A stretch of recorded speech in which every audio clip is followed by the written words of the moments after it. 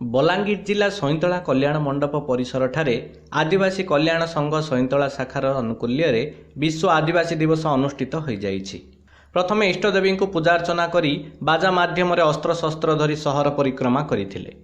ଏହି ଉତ୍ସବରେ ମୁଖ୍ୟ ଅତିଥି ଭାବରେ ସଇଁତଳା ତହସିଲଦାର ସୁମନ କିଶୋର ଡୁଙ୍ଗଡୁଙ୍ଗ ଯୋଗଦାନ କରିଥିବା ବେଳେ ଆଦିବାସୀ ନେତା ଚିନ୍ତାମଣି ଭୋଇ, ପ୍ରେମାନନ୍ଦ ଭୋଇ, ଚକାଚରଣ ମାଝୀ, ସନ୍ତୋଷ ପୁଟା, ପ୍ରଦୀପ ମାଝୀ, ସୁରେନ୍ଦ୍ର ଭୋଇ, ବୈକୁଣ୍ଠ ଭୋଇ ଓ ରୋହିତ ଜାନିଙ୍କ ସମେତ ବହୁ ଅତିଥିମାନେ ଯୋଗଦାନ କରି ଆଦିବାସୀ ସଂସ୍କୃତି, ପରମ୍ପରା, ଭାଷା, ସାମାଜିକ ରୀତିନୀତିକୁ ବଞ୍ଚାଇବା ପାଇଁ ତଥା ଶିକ୍ଷା ବିନା ଆଦିବାସୀ ସମାଜ ଆଗେଇ ପାରିବ ନାହିଁ ବୋଲି ଅତିଥିମାନେ ମତ ପ୍ରକାଶ କରିଥିଲେ। ଏହି ଦିବସ ଅବସରରେ ଅଞ୍ଚଳର ବହୁ ମହିଳା, ଯୁବକ ଓ ଯୁବତୀମାନେ ସାମିଲ ହୋଇଥିଲେ।